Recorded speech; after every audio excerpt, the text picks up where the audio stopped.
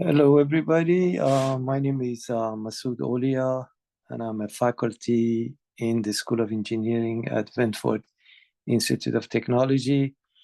And I'm here with a problem related to the topic of axially loaded members, subject of mechanics of materials. Okay, let's take a look at the problem. So here we have three rods, rod CD, rod AB, and rod EF that are made of the same material, titanium, for which the modulus of elasticity, if you look up the table, is 17,400 KSI, or 17.4 million PSI. Okay? So that's the modulus of elasticity of the titanium. So here you are given the cross-sectional area of each rod, and you're applying a load of 6 kips, 6,000 pounds to ring at point F. And what you're trying to determine is the angle of tilt of the bar AC. So due to movement of point C and A, and then since they're not going to be the same deformation, this rod is going to tilt, and we'll find out the tilt obviously is going to be very small. You're talking about really small deformations due to the strength of these rods made of titanium. So let's take a look, guys.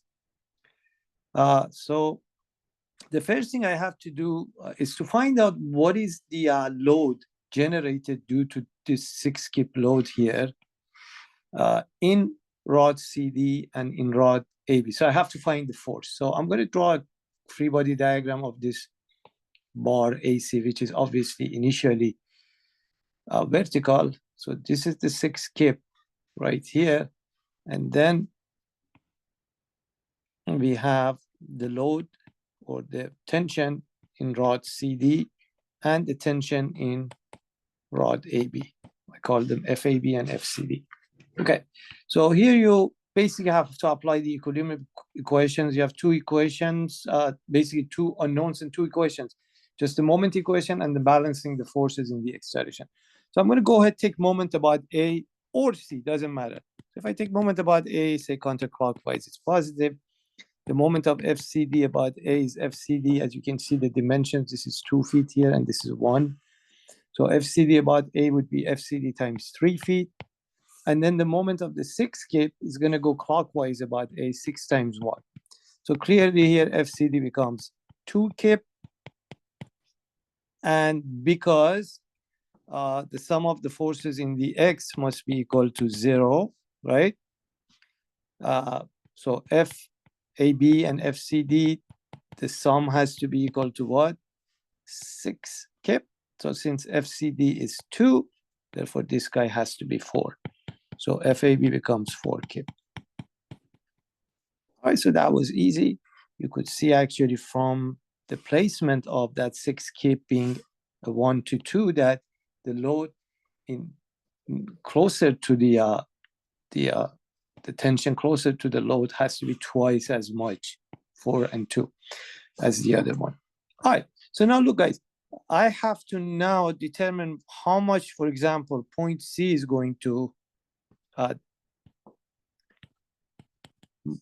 elongate. So I've already determined the load in this guy. So the load in this guy is what? FCD is 2 kip, 2,000 pounds. And similarly, I can determine how much point A is going to elongate, right?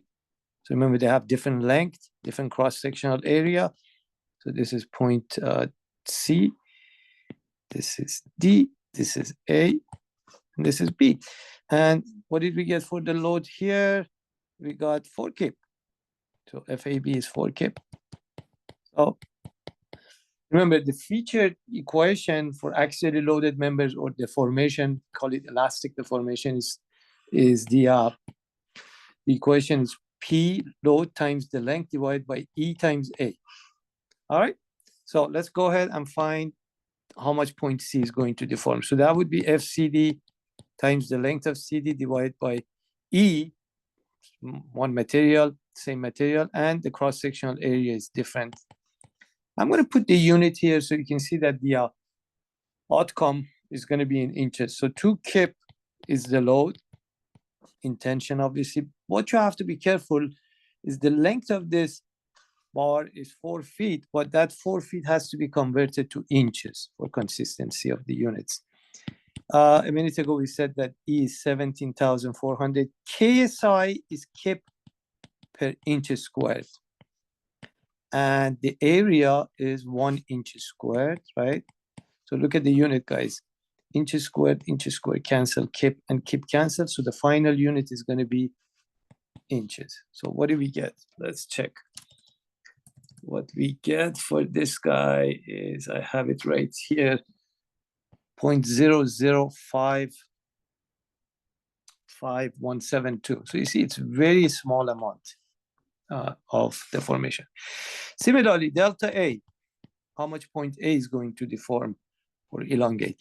So the load in that bar is FAB, length of AB, which is different length, the same material, different cross-sectional area. So let's go ahead. I'm not going to put the units now. You already know that's going to work. 4 kip, right? Length is 6 feet, but 72 inches, right? Divided by E of 17,400 KSI and cross-sectional area of 1.5 inches squared. All right. Now, this based on the numbers that we have, it becomes actually twice as much. The combination of the area and the length and so on. 0.011034. So it's exactly twice as much. But that really doesn't matter because all we need is just these numbers. So let me show you what's going on now. So you see this bar, which is how many feet long? 3 feet long, right? Bar CA. So I'm going to kind of exaggerate here. So the length is 3 feet or 36 inches, and we have to convert that to inches. So look, guys, now point C has moved so much. So this is where I'm going to exaggerate so you can see what's going on. So it moves to point C from C prime, and that's delta C, the one that I just calculated for you. But look, point A is going to move further out, actually twice as much, right? To point A prime, say. And look, this rod is going to now tilt. Here we go. That's why it's tilting. And I forgot to put delta A here. So this is delta A, right? So when they say find the angle of tilt, what they mean by that is this angle, theta.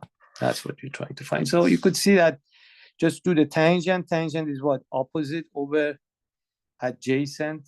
Adjacent, that's why I changed the 3 feet to 36 inches. And the green here, guys, opposite. So let's go ahead and say tangent of this angle is opposite. Opposite actually is the difference between delta A and delta C, as you can see here. Divided by the length, but not in feet, by inches. So if you go ahead and plug in your numbers, you see this is really a small number. So 0.0110344 minus 0.0055172 over 36. Look at how much this angle is going to be. It's not going to be even 0.01 degree. Because obviously you're talking about very small angle of tilt. All right, guys. So thank you for watching and listening. As always, I appreciate if you subscribe to my channel. And if you like the video, hit that button. I'll be back soon with more examples. Again, have a good day and see you soon.